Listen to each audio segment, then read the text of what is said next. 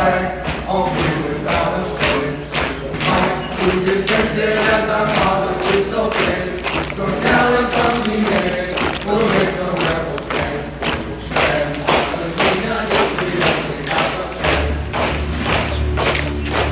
At the beginning of the war, the 54th Massachusetts Volunteer Infantry Regiment was the most despised, laughed at, and cursed unit in the Army. Yet within just 6 months of mustering in, they all became heroes. They changed in a day the face of war, the face of the war between the states, and the face of social expectations in the United States. It was in the first months of 1863 when 1,000 men, called the 54th Massachusetts Volunteer Infantry, became the first black regiment to enlist in the North. It was a time when America was a racist country, North and South, and most whites didn't pretend to accept people of African descent on any social level. The ideas of racial inferiority were ideas that most white Americans had, whether those white Americans were in the North or whether they were in the South. The difference was that in the South, those ideas were used to support an institution of human bondage. In the North, those ideas supported racial segregation, racial discrimination.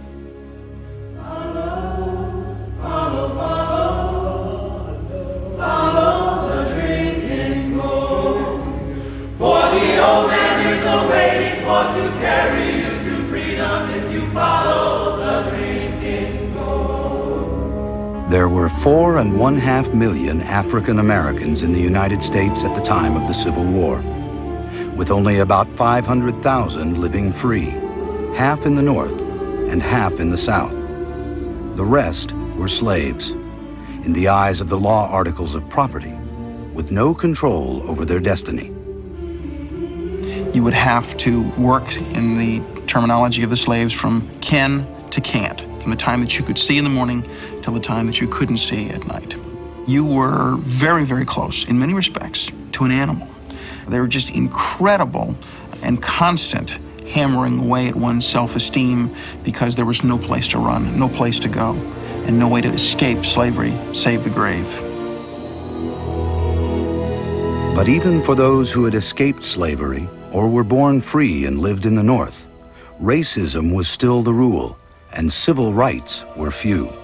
The idea of being free black is probably best described as being a slave without a master. There were so many restrictions on travel, on lodging, on housing, on property. You could not, of course, offer testimony in court. There were so many restrictions that, again, you were treated very, very much like a slave. When the first shot was fired in the war between the states, there was no question. The South was fighting to protect and preserve slavery. But the North, on the other hand, didn't take up arms to end it. In fact, abolition was really not the issue. Northern men did not enlist and risk their lives in order to free slaves. They enlisted to save the Union and to avenge the insult to the flag. And in truth, the great emancipator himself, Abraham Lincoln, was willing to tolerate slavery where it already existed, just to keep the country together. As he said time and again, if he could preserve the nation with slavery, he would do it. If he could preserve the nation without slavery, he would do it. His paramount goal always was the preservation of the Union. Ironically, Lincoln ignored one of his most powerful weapons of war for many bloody months and even years. It was the arm of the black man. Since Fort Sumter, abolitionists had been mounting pulpits and filling halls, preaching that the best way to win the white man's war was to let the black man fight. Frederick Douglass said that the three things that would come of this war would be first the cartridge box, next the jury box, and lastly the ballot box. And so clearly citizenship was an important part of what these men were fighting for. Once let the black man get upon his person the brass letters U.S., let him get an eagle on his button. and a musket on his shoulder and bullets in his pocket. And there is no power on earth which can deny that he has earned the right to citizenship in the United States. Frederick Douglass, 1862. Frederick Douglass, the most eloquent and militant champion for black freedom, began to campaign relentlessly for Negro enlistment in the Army. He lobbied the government. He crusaded in Europe. He traveled so much, his wife mailed him fresh clothes so he could keep up the grueling pace. The most important element of this whole scenario would be utilizing thousands, even millions perhaps, of black soldiers as an important arm against the Confederacy. Douglass was once asked, would the slave fight? He responded that no, the slave would not fight. But he said if you asked him, would the black man fight? The answer was yes. But most of white America did not even consider African Americans men, much less capable of becoming soldiers. Northerners were convinced that if blacks went to battle, they would either become cowards or somehow become beasts. Thinking that they were somehow mentally inferior, they wouldn't learn the proper orders and the bugle calls and the drum rolls, that they wouldn't follow orders when in battle, and indeed in battle would perhaps turn and run. The obverse of that is also the fear that being somehow descended from wild, savage, barbarian natives in Africa, that they indeed might not observe the common rules of war. But as the war moved forward, the Union became bloodied and weary. In the Battle of Fredericksburg alone, over 12,000 Northern troops were killed. In Shiloh, 13,000. The United States was facing a war that was the largest in its history. It was facing military campaigns with tens of thousands of people involved, more so than it ever had before. This was the first modern war. The casualties were tremendous, and therefore it was important that blacks make the point that white America cannot win this war alone. Glory, glory, hallelujah. Glory, glory, hallelujah. Finally, as abolitionists had put it, Old Abe needed the sable arm. And on September 22nd, 1862, Lincoln issued the Emancipation Proclamation that paved the way for black enlistment. White America would not win this war alone. Now black soldiers would rally round the flag to help save the country and their race.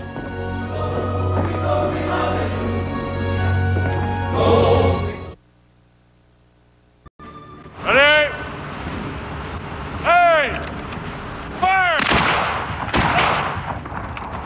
The official arming of a black troop was the white South's worst nightmare. The very idea of a black man with a gun had a devastating psychological effect on the rebels. Part of the psychological price white Southerners paid for slavery was the fear of servile insurrection, slave rebellions. And I mean, think of it. You just had to, in your heart, believe that people that you had kept chained, that you had exploited, that you had treated as non-persons, if they were given weapons and a chance to get even, well, wouldn't they? Governor John A. Andrew of the state of Massachusetts, himself an ardent abolitionist, fought for and won the right to raise the first colored regiment from the North, the 54th Massachusetts Volunteer Infantry. Every race has fought for liberty and its own progress. The colored race will create its own future by its own brains, hearts, and hands. Governor John Andrew, 1863. Andrew wanted only the best, only the very best of men for his regiment. For this was to be the model, the vanguard, the noble experiment. And it must not fail. He wanted the cream of black Northern manpower. He wanted men who had been born free, men who had never known the lash, who had never had to call anyone else master because he thought that they would show more initiative, that they would not be intimidated by their Confederate enemies. When enlistment began, the ranks filled fast. It was hard to resist the call to arms from a man like Frederick Douglass. The day dawns. The morning star is bright upon the horizon. The iron gate of our prison stands half open. One gallant rush from the north will fling it wide open, while 4 million of our brothers and sisters shall march out into liberty. Frederick Douglass, 1862. Motivations for enlistment were clear. Black men knew this was their chance to make the Civil War one of the most successful slave revolts in the history of the world. To sit on the sidelines and watch this happen around them and not participate would be unthinkable to any man who could. And also, a lot of them faced a lot of pressure in their home black communities to go forward and fight, from fathers, sisters, sweethearts, and wives. But the black population in Massachusetts just wasn't big enough to raise the regiment. So Andrew sent recruiters to Connecticut, New York, Missouri, Pennsylvania, even Canada. Often, gathering places were kept secret and recruits put on trains under the cover of darkness. But finally, the 54th was filled with men who would finally have their chance to strike at slavery. I think that the typical soldier of the 54th was a man who could read and write, a man who had a profession, be he an artisan, a clerk, a barber, a small businessman of some kind, a farmer. They were people who worked for a living. They were not runaway slaves by and large, and they were people who were risking a very great deal to go to war in the Deep South for their ideals.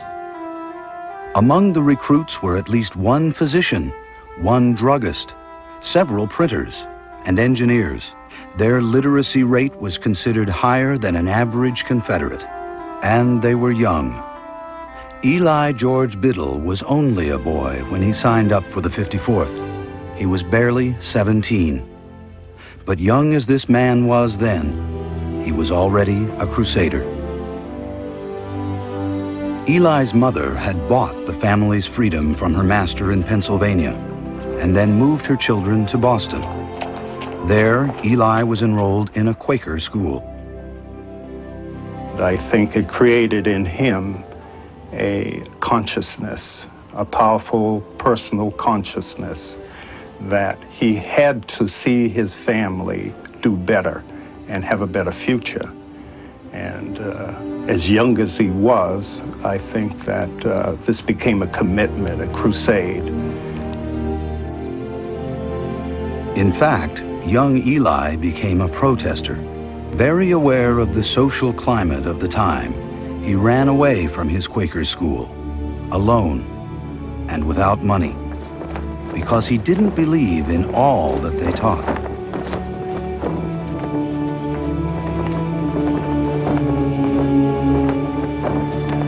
As a routine, they sang "My Country 'Tis of Thee, Sweet Land of Liberty" every morning. And I guess he thought about the words of that particular song. And he came to the conclusion that this is something he should not be singing. And he was warned that you'll be expelled from the school. Well, this is where Eli made his stand as a young boy, and he took the expulsion. Eli walked miles and miles through towns looking for an enlister and became the youngest man in Company A of the 54th. This was Eli's only way to strike a blow for liberty. But the famous Frederick Douglass had another. Even though he couldn't himself join the regiment, he offered his sons to serve for him. Douglass himself wanted to serve as an officer and wanted to expose himself to physical danger, but that was not allowed by the Army. Douglas's two sons, however, acted in his stead. Lewis Douglas as the sergeant major of the 54th Massachusetts, who was known as the Lion of the regiment.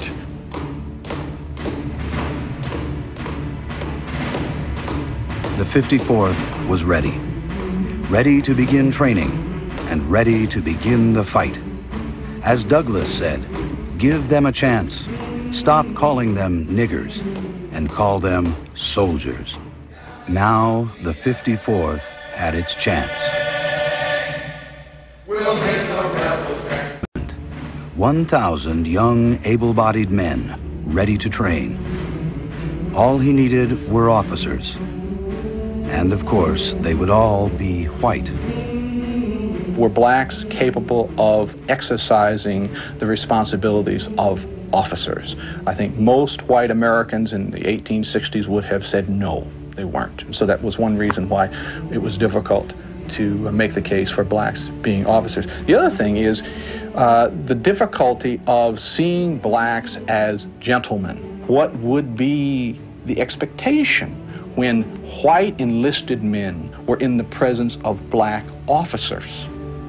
Would these white enlisted men be expected to show respect to these black officers? These were all very complex kinds of things. Many blacks deeply resented the fact that they had to serve under white men in a black man's regiment, feeling they would still be treated like second-class citizens. But trusted abolitionists like Wendell Phillips urged them to prove themselves, for soon their day would come. If you cannot have a whole loaf, will you not take a slice? For if you are not willing to fight your way up to office, you are not worthy of it. Put yourselves under the stars and stripes and fight yourselves to the marquee of a general, and you shall come out with a sword. Wendell Phillips, 1863. The officers for Andrew's experiment were carefully hand-picked. They must have proven themselves in battle and come from powerful and respected families with anti-slavery convictions. Robert Gould Shaw fit all those requirements to the button. He was a Boston blue blood who had been wounded in war and came from a wealthy family of conscience. Governor John Andrew wanted him as his colonel. The Shaw family was one of the first families in Massachusetts. Shaw's parents had been prominent in the anti-slavery crusade, and the governor assumed that Rob, as his family called the young colonel, shared the same values. But he didn't. As a child of privilege in one of the nation's wealthiest families, he spent much of life away from home in Europe in the best schools. And though his mother, Sarah, was a deeply devoted abolitionist, Shaw didn't believe everything she taught. There was a certain aimlessness to Shaw before the war. He was a pampered, wealthy young man who had not done well in school, had very little interest in academic pursuits, wasn't quite sure what to do with his life. He was very much, I think, a mama's boy. His mother was a very strong-willed person who enforced her particular philosophy on the entire family, and particularly on her son. Shaw turned down his first offer to command the 54th. He had not joined the Army 2 years before to free the slaves, and he certainly had no commitment to racial equality. To Shaw, this was an offer full of risks. We have to remember that he was being asked to do something unprecedented. He would be taking an enormous risk. Until he accepted that mission, he really didn't know any blacks, at least not his people. Also, Shaw, to a certain extent, was a man of his times. His letters are littered with such words as nigger and darky, although as he got to know black men, he did come to respect them as human beings. That kind of childish language fades away before he dies. Probably because of guilt over his mother, Robert finally accepted and became Colonel Shaw of the 54th Regiment and training quickly began. Company B, fall in. As the nation watched, recruits arrived by the hundreds at Camp Meigs, Reedville, Massachusetts. The stakes were high, and the work would be hell. There were a complex set of commands just for marching, the drill that had to be learned, how to march obliquely one direction, turn around while marching and go the opposite direction. According to some drill manuals, there were 9 separate commands just for loading and firing a weapon, which is why for black soldiers in the 54th, as for white soldiers and all other new regiments, the order of the day was breakfast, drill, some more drill, a break, lunch, and drill, drill, drill until dinner, followed by drill. The men of the 54th were consumed with a desire to succeed. They were driven. The weight of their race was heavy upon their shoulders. They would even study on their own to succeed in this school of soldiers. One of Shaw's captains, Cabot Russell, used to talk about how his men would go out and watch white troops do guard mounts and pick up the manual on their own outside of the regular drill sessions, just so they could have a little bit more polish, a little more snap, be a little further ahead in their lessons.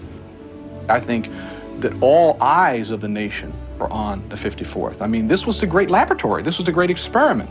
And they were watching to see any hint of unwillingness, inability, inferiority on the part of black troops. On the other side of the coin, blacks recognized the fact that they could show no weakness. They could show no inability to operate. They had to be as perfect as human beings could be. Every day, and especially on Sundays, crowds gathered at the camp to watch this novel sight of the black men in blue performing. Soon, Meigs became more like a circus ground than a barracks. Part of it was curiosity. Part of it undoubtedly was still a sort of a condescending kind of smirk behind the handkerchief grin at the sight of blacks trying to be soldiers. But Shaw was impressed, and he was proud. His men were proving themselves. The men of the 54th were quickly becoming a model for every black soldier that would follow. The intelligence of the men is a great surprise to me. They learn all the details of guard duty and camp service infinitely more readily than the Irish I have had under my command. There is not the least doubt that we shall leave the state with as good a regiment as any that has marched. Robert Gould Shaw, March 25th, 1863. In less than 100 days after first learning their drills, the 54th got its orders. They were to leave the barracks of Massachusetts for the tents of South Carolina. They were finally off to war. But not before a farewell parade in Boston. On May 28th, under a cloudless sky, the 54th marched before a crowd of thousands. It was an electric moment. They were belting out John Brown's Body, which was the anthem of the anti-slavery movement, and the Friends of Anti-Slavery, and blacks were delighted to see the men dressed in the regulation dress U.S. Army uniform, carrying state-of-the-art modern rifle muskets. They were marching with great snap. They were showing that they had learned the lessons of the drill field. They made a tremendous impression.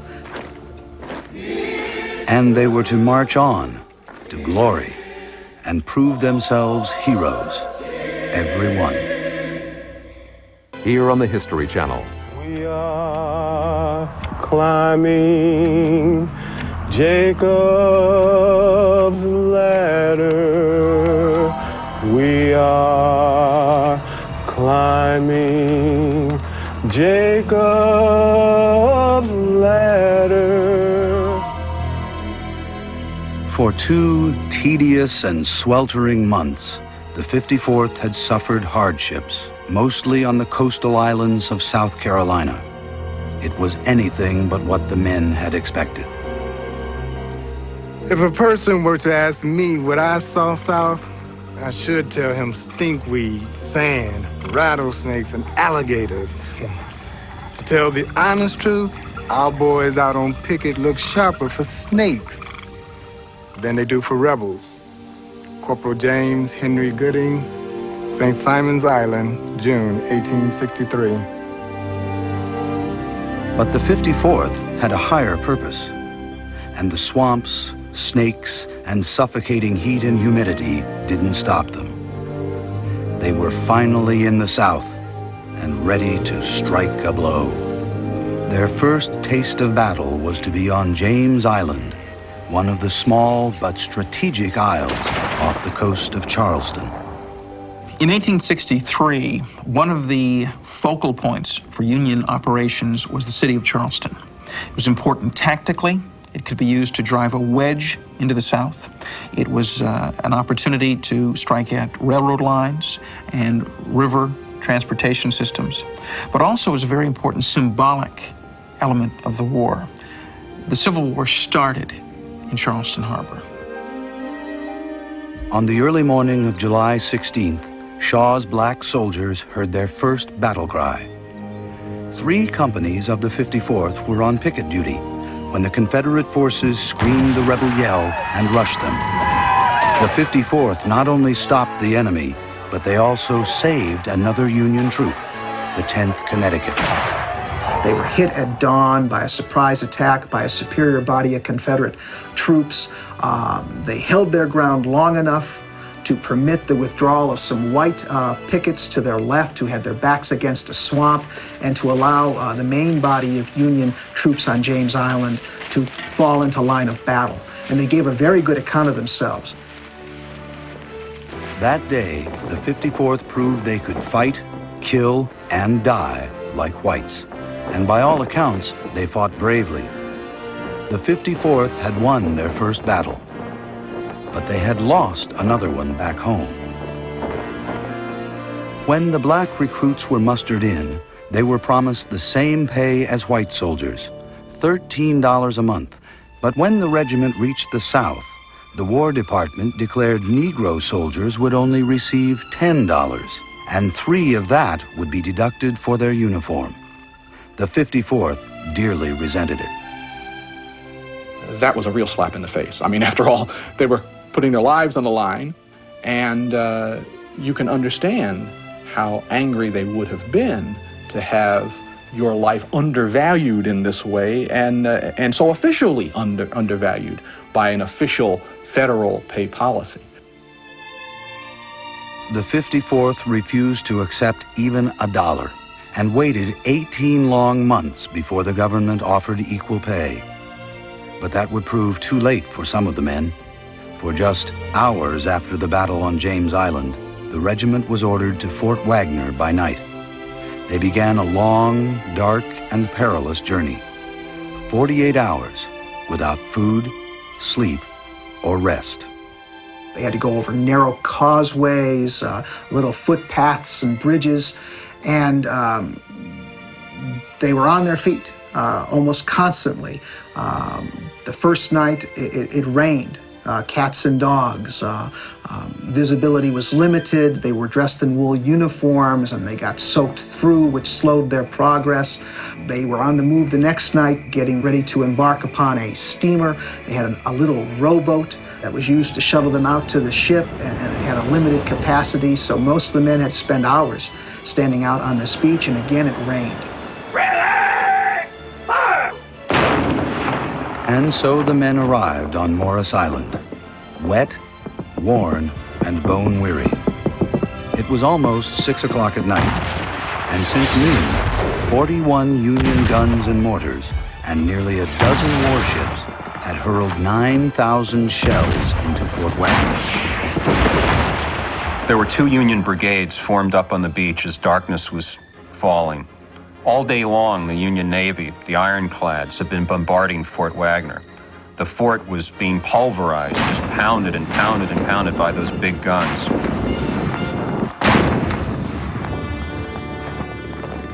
It was probably the most intensive artillery barrage in the Civil War, but it did little to weaken Wagner.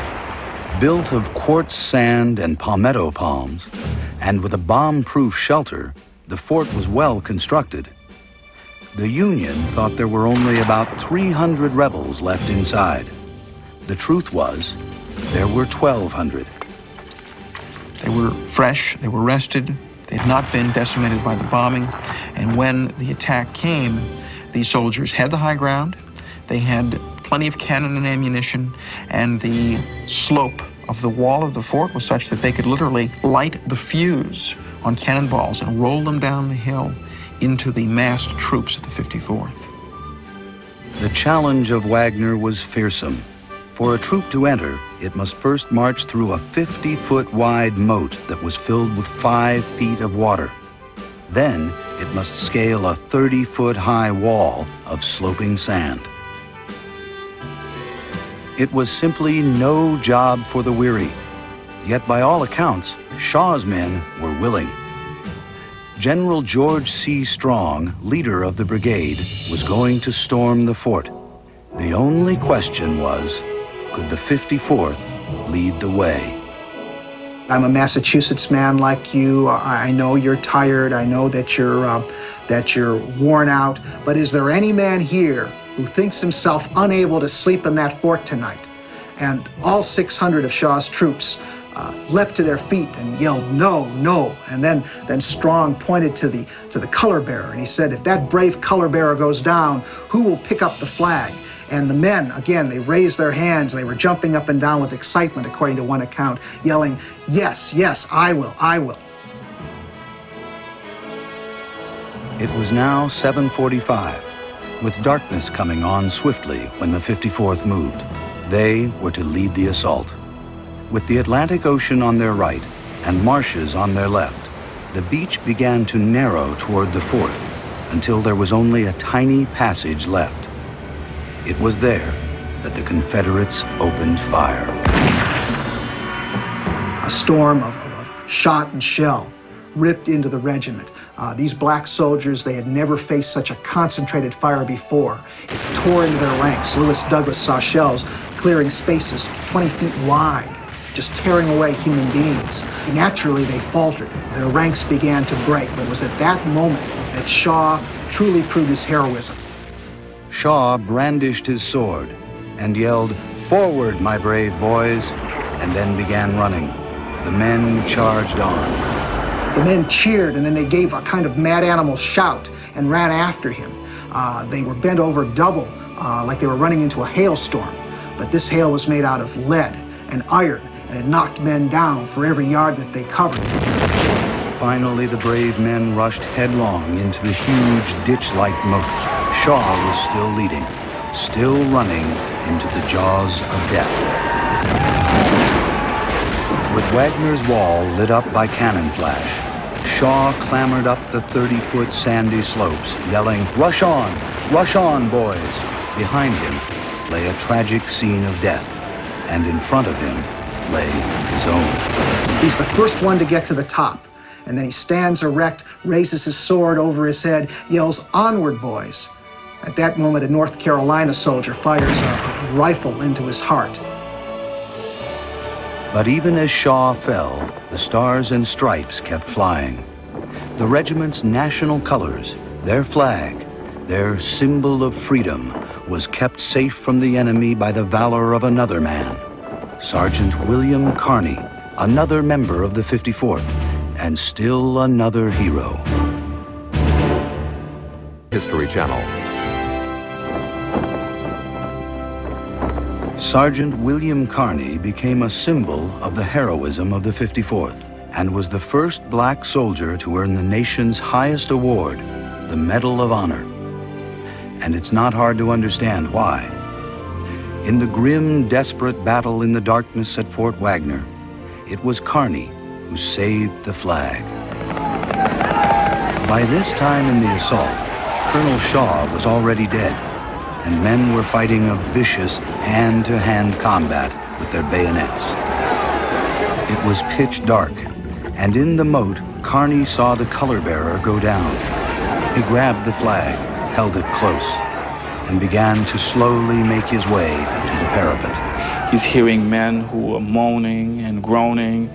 My leg, he's not sure whether he's even stepping on people because it's dark and he can't see. He begins to progress forward again. He begins to see other members. He's assuming that they're members of the 54th, but to his surprise, in the light of a cannon, he sees that the rebels. Kearny took 3 hits, one very serious wound in the shoulder, and yet he never dropped the flag. He made it to the parapet, and only then was he forced to retreat. He had been hit in both legs. He had to retreat on his knees. He was using one hand to staunch the wound in his breast and his shoulder, and the other hand he was holding onto the flagstaff. If he did nothing else, that flag had to be put at the top of the parapet. It was that important. It would signify that these men that were dying and moaning and groaning was not in vain, and he knew that. Sergeant William Kearny survived. He didn't stop until he got to a Union field hospital, torn and bleeding. His wounds were so severe that he never fully recovered. And just before he fainted, he said to the amazed comrades, "I but did my duty, boys. The dear old flag never touched the ground." The few men of the 54th who had safely scaled the fort's walls and battled on the parapets of Fort Wagner were now forced to retreat and run for their lives. The tide had come in, making the moat waist deep and drowning many of the wounded. But the Union wouldn't give up. Next, the white soldiers of the 6th Connecticut were ordered into the eye of the storm, regiment after regiment, and then another brigade. But their fate was the same as the 54th, and the attack was a terrible and costly failure. And the carnage it left was horrifying. There were bodies strewn all over the crest of the parapet. They were piled up in the bastion. They lay sprawled down the slope and tangled in the moat where many men had drowned when the tide came in. Just a scene of terrible carnage and slaughter. The next morning, it was time for the rebels to bury the dead, and they singled out the 54th and their white officers for special dishonor. They were not buried as men, and they got no markers. Their bodies were just thrown in a ditch like logs and covered. And Colonel Shaw, who was hated the most, was also treated the worst. He was stripped down to his underwear, put on display inside the fort, and then he was dragged outside, a pit was dug, he was thrown at the bottom, and the bodies of 25 of his soldiers were thrown on top. When some Union officers did ask about the whereabouts of Shaw's body, the Confederate troops to whom they were talking replied, "We buried him with his niggers." The 54th paid a high price to put its stamp on the course of American history. Of the 21 officers and 600 enlisted men Shaw led against Fort Wagner, 272 were killed, captured, or wounded. But in that one gallant rush, the 54th transcended the word hero, for they had risked their own lives for a better life for others. That sacrifice, that knowing, willing sacrifice for the betterment of an enslaved and despised race, is in the truest sense a martyrdom.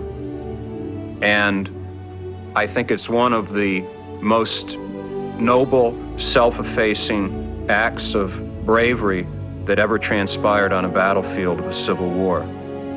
Because of the 54th, other black men were allowed to fight. They opened the floodgates for thousands of others to serve. Near the end of the war, there were more black soldiers in the field than the Confederacy had in its entire army. Abraham Lincoln argued that the contribution of black soldiers in the Civil War was crucial to the winning of that war. I mean, he made no bones about the fact that he thought that it was very doubtful whether the war could have been won without the involvement and the sacrifice of black troops. There were some black troops before the 54th, and certainly there were many after.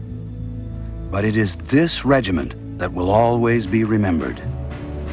These were the men whose flags of freedom were always flying high. And these were the men whose dreams of hope and glory will never, never die. Here goes our flag, all free without a stray. We'll fight to defend it as our fathers did so brave. The gallant company, we'll make the rebels dance. We'll stand by the Union if we only have a chance. Now, an exclusive offer from the History Channel.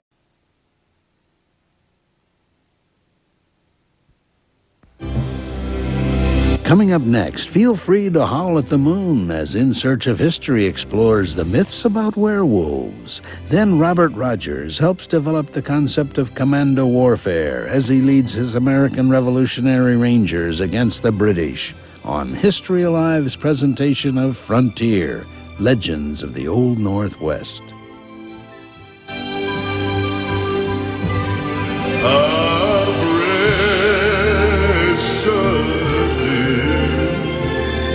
My grace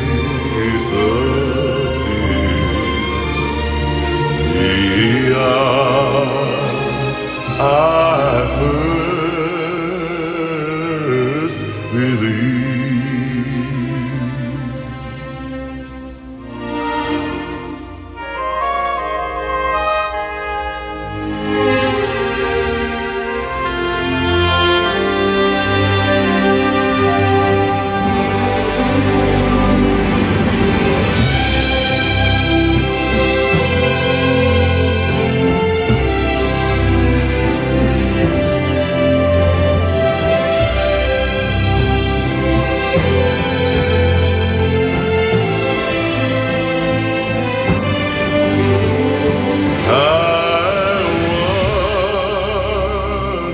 For additional information, read The Negro Civil War, How American Blacks Felt and Acted During the War for the Union by James M. McPherson, and Free at Last, a documentary history of slavery, freedom, and the Civil War.